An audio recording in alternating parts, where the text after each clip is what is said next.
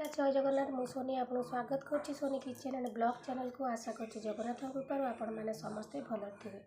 तो चलते स्टार्ट करवा आज टिप्स देखो ये मुझे कंचा क्षीर आपणकर फेस को पूरा मॉइस्चर रखिबो आपणकर फेस रे पूरा क्लींजर भली काम करिवो। बर्तमान विंटर सीजन चलती शीत दिन तो स्किन बहुत फाटी थाए आपण मुह को भल भाव धोई नेबे कौन से मेकअप रखिबेनी। कंचा क्षीर रे प्रथमे आपण मुह को भल भाव में पोछि नियंतु। पोछिले कौन होना जितक मैला आपण मुहर थी सब बाहरी आसो। फेस को आपणकर बहुत सॉफ्ट करिवो कंचा क्षीर क्लींजर भली काम करिवो डेड स्किन रिमूव करिवो ता सहित आपणकर फेस को माने मॉइस्चर रखिवो। तो शीत दिन पाई बहुत भल कंचा क्षीर। तो सब बेले आपण 2 टाइम दिन को कंचा क्षीर रे मध्य मुह को पोछि पारिबे।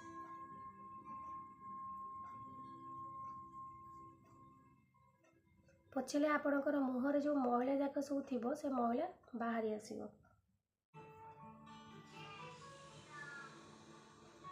देखो ये मु क्षीर रे भल भाव में मुह को पोछि नहीं गली।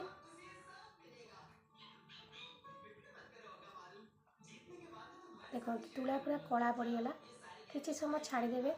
एथर आम गोटे प्रस्तुत करवा गोटे बैगटे। तो एबे देखो क्षीर लगेला किसी समय मुह पूरा सुखीगला। तो मुह सुखी सारापर कौन करेंगे आप जो बड़का क्षीर अच्छी से क्षीर रे देखो मुझे मसूर डाली पाउडर। तो मसूर डाल को आप भल भाव में पाउडर कर रखिने रख सारापर क्षीर रे मिसेकी आप लगेबे। देखिए आपणकर फेस जी कला दाग फेस माने डल पड़ जाऊँगी फेस सफा देखा जाऊनी तो सबू आपणकर फेस रो प्रॉब्लम दूर करदेव। हाई पिगमेंटेशन झाइया टैनिंग तो आपको दूर करता है। तो एबे मु मसूर डाली पाउडर को भल भाव में क्षीर सहित मिसई नेली। मिसई सारा पर आमे कौन करवा क्षीर लगे क्षीर पूरा सुखी रही आम आपको लगे नवा। आपको आप डेली लगे पारे शीत दिने कहीं ये आपंकर फेस को कौन सी डैमेज करनी माने कौन सी खराब प्रभाव पकेबनी बरং आपणकर स्किन ने पूरा डेड स्किन को रिमूव कर स्किन को हाई पिगमेंटेशन झाइया रक्षा कर सहित आपणकर फेस रो कला दाग दूर कर। तो देखो ये मुझे लगे नहीं गली से पाउडर जो पकई मसूर डाली पाउडर ताको भल भाव में लगे आपणकर फेस रे किसी समय छाड़देवे। ताकू आप डेली गाधेवा टाइम रे गाधे जा पूर्व रखिकी किसी समय गाधे पारे जहाँद्वारा कि आपणकर फेस रो माने फेस वाश आपन को लगे पड़ोनी आपणकर स्किन पूरा ग्लो कर आउ कंचा क्षीर मैला को बाहर कर स्किन को सॉफ्ट रखिबो ता सहित स्किन को मॉइस्चर कर। अधिक जदि स्किन आपणकर शीत दिन चलती ड्राई होची ताले आपण आदि 2 बुंदा नड़िया तेल पकई पारे।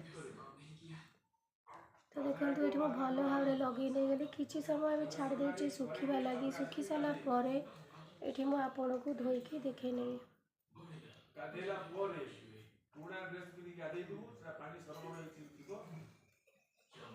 देखो भल भाव में लगे नहीं गली ताको टिके समय छाड़ दिंतु सुखा लगे सुखी सारापर आप भल भाव में टिके मसाज करने माने स्क्रब टाइप आपणकर डेड स्किन जाक रिमूव हो।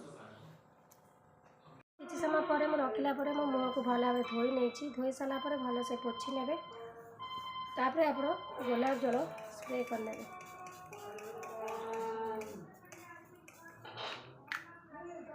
एमती करंतु माने गोटे थर 2 थर कलापर आप फरक जानीपर आप चेहरा चमक देखले आप देखिए निजे भी जानीपारे एत सुंदर भाव में ग्लो कर स्किन आपणकर दाग दूर हो।